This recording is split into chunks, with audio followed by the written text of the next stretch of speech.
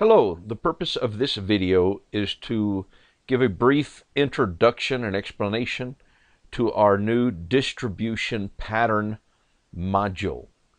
The easiest way to explain what that is go to the main catalogs. We'd go under catalogs, inventory, and we have a new catalog called distribution pattern. Having arrived, open the catalog that way, I might say that distribution patterns is a tool, a high-level tool to enable us to set automatic distribution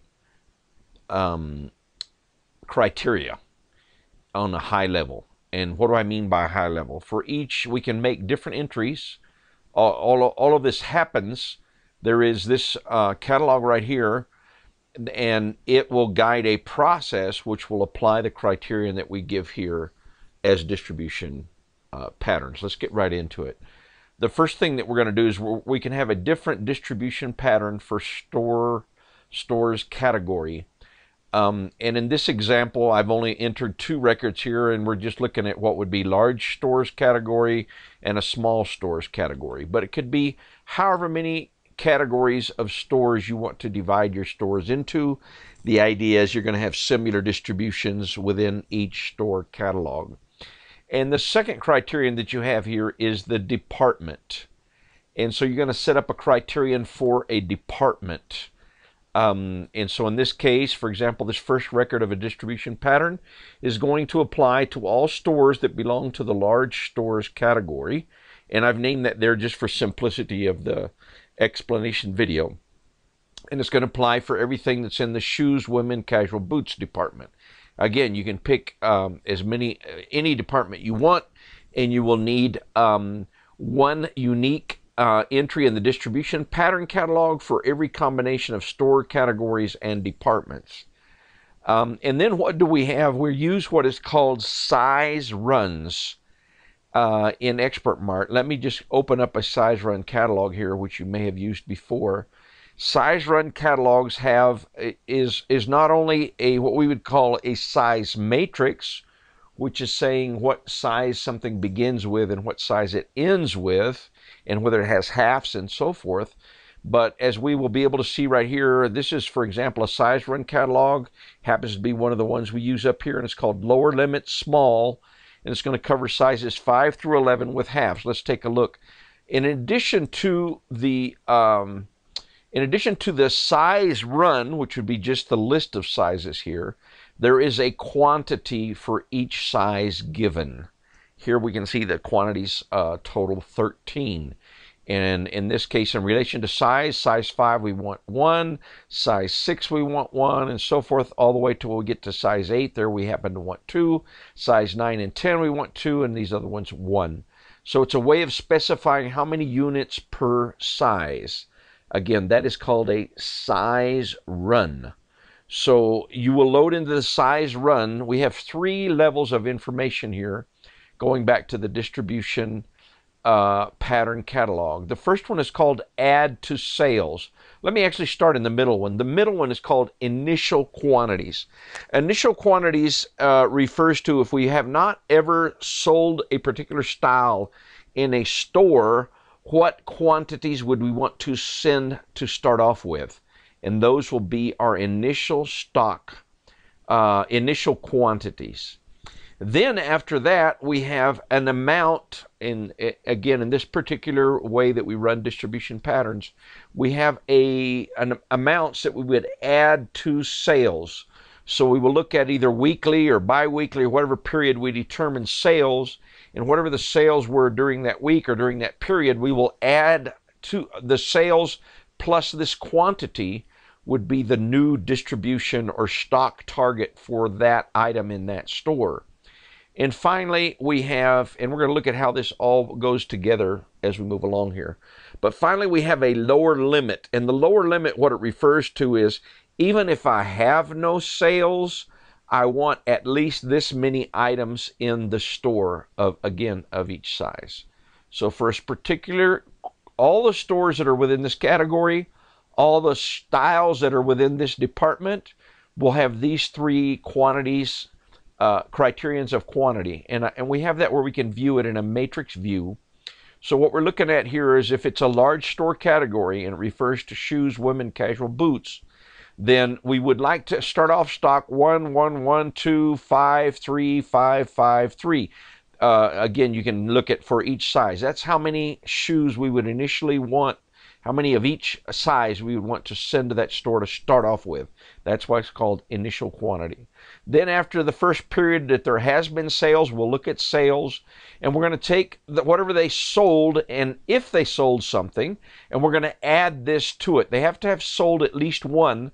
There has to be some sale to add to sales. So we will add to sales what number is right here. Then once we have, if there's no sales, again, this would be 0. We would have 0. If it's sales, let's say they sold 1, we would add 1 and come up with 2.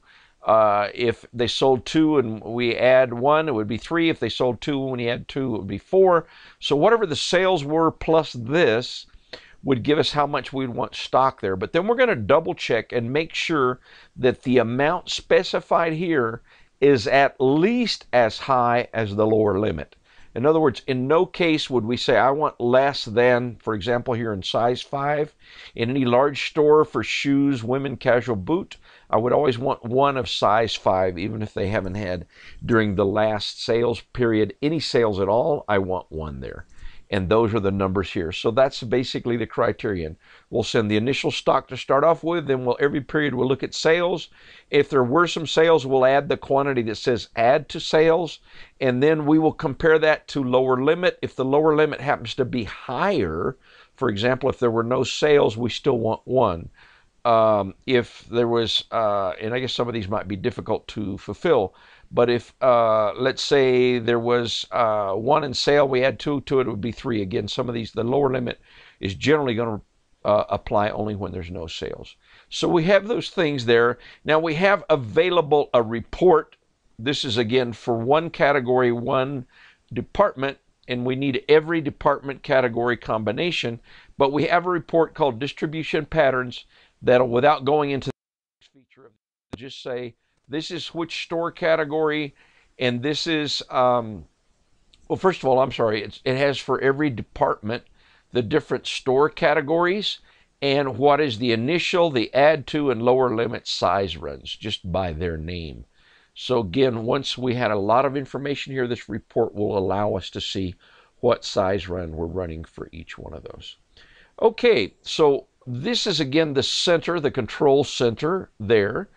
And then we have a process, and this process, again, it looks at a lot of information, and it looks at it for however many departments you have set up for automatic, for distribution patterns. So we have a process under transfers that's called distribution patterns.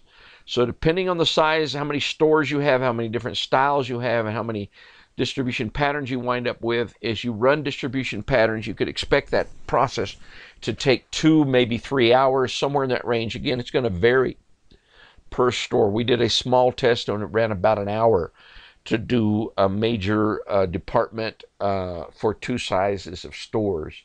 So when we run this process, it's going to ask us for the date range of sales to analyze. These will be, again, the sales are what gets, if there is sales, we add to it that amount, as we've explained in the catalog. And it's going to suggest always 1 week worth of sales, a week that ended with yesterday. Now, obviously, as always with our date range parameter in XpertMart, you can edit that, but it is important to know that it's going to ask that date, and again, it suggests 1 week previous to that ended yesterday. So you click OK, and it would start running that process. And obviously, as part of the video, we're not going to run that process. But then when we get done, it fills in. There's another catalog that it fills in that's under inventory that's called distribution quantity, and this is down on the level of an item. And as soon as this opens, it'll take a while to open because it has a lot of records. But for each item, here's the item. In other words, a specific style, size, color, And then not only that, but for a specific store, and of course this item has an item number, it's going to give us the specific quantities. After the process is run, it's going to give us the sales quantity, and then it will give us the minimum, which again, the minimum means it did that calculation, which was sales plus, if there were sales, what's added to sales. If there were no sales, as in this case, there were no sales, so the lower limit becomes the minimum. And that process does that, and at the end takes this minimum and puts it in the normal minimum location for each item in XpertMart, so then we can proceed to do our automatic transfers, replenishment, order fulfillment, whatever, and it will be using this new minimum. So we have all of that down in a report, which again, this report here, I don't know if we'll see, but it can run several hundred pages long. But this is the end result of running that process. And here we're going to look at just one style, the Castro with a double S and double R. And here again are your sizes. I guess one thing I didn't comment, and I should comment, is that you certainly want to make sure that your size matrix and your size run, that's why we do it per department. You want to make sure that you're covering the sizes that that department is. Again, women's boots, what sizes do they come in? It's going to be different than sizes if they wear young girls' boots. So you match that up, and then it's going to look at here the sizes that you've mentioned in the distribution pattern, and then now it has gone through. These are the store numbers, 8, 4. These are the colors with a total, and we have a little color guide here. So it says what was the initial stock, what is sales, what is add to sales, what is minimum, and what's the minimum it calculates, and what's lower. So we could take a look real quick here and see a couple of examples. We're looking at, again, the Castro style in store 8 in black. We see no sales on anything until we get to 8. So where there's no sales, the lower limit becomes our minimum. We can see that across here. The lower limit is 0, so the limit is 0. But it becomes, now when we get to sales, we say if there's sales, we want to add 2. So 2, we add to the one that was sold, these 2, and we come up with 3 as the minimum. And since that 3 is larger than the lower limit, then that will be the amount to be used as a minimum for that item in that store. Item means style, color, size, and in that store. If we come over here and look at this other case in size 9, we'll see that there's a sales of 2, and we want to add to sales 2, so that gives us 4, and 4 is definitely above the lower limit, so 4 becomes the new minimum. And so when automatic transfers are made, it will be made trying to get in the store, sending anything available to the store, in order to get it up to what's in this white bar line here, which is the minimum. So again, we'll just take a look at a couple pages here of this. And again, this is several hundred pages reports, and it may take a while to run it too again. So here we have for each, it has the sales. It's gone in and looked at each item sales for the period we have, fixed them in this chart, and this is just a way to look at what the end result was. What we're seeing here is the criterion we gave it for the distribution patterns, what it looked like when it put sales and did them together. And that pretty much explains the distribution pattern module. Again, once those minimums are set and we say make an automatic transfer from our warehouse to the stores, it will be trying to meet the minimums that we have here. Please contact us if you need more help in operating this module or any questions. Thank you very much. And we do encourage you to use XpertMart, the best point-of-sale and inventory control system for fashion, shoe, and clothing stores.